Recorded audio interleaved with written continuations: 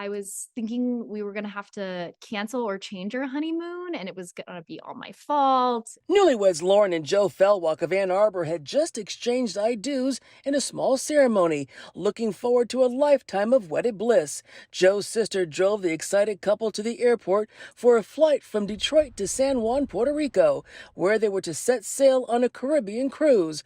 But before they even took off, Lauren delivered a shocker.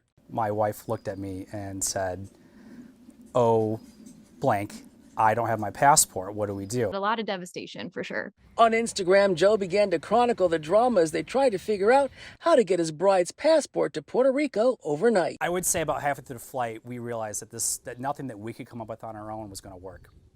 And I kind of just threw a Hail Mary. That long shot would involve a perfect stranger, one of the flight attendants named Dusty Dills. That's him crouched down next to the couple. And sure enough, Dusty came up with a plan. Dusty told us, here's what I can do, Joe.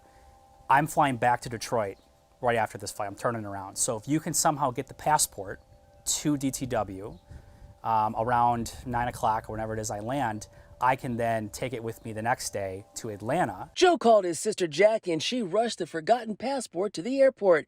Here she is handing it off to Dusty, and with his help and a few other Delta employees along the way, Lauren's passport made it to San Juan just in time. I consider that the greatest wedding gift we could have asked for. This was so much larger than me. During this whole process, it really taught me so much about the importance of teamwork. And we made it on the cruise with about an hour and a half to spare. Lauren and Joe had a fabulous time on their honeymoon cruise and can't wait to see a couple of special guests they've invited to their reception in a few weeks.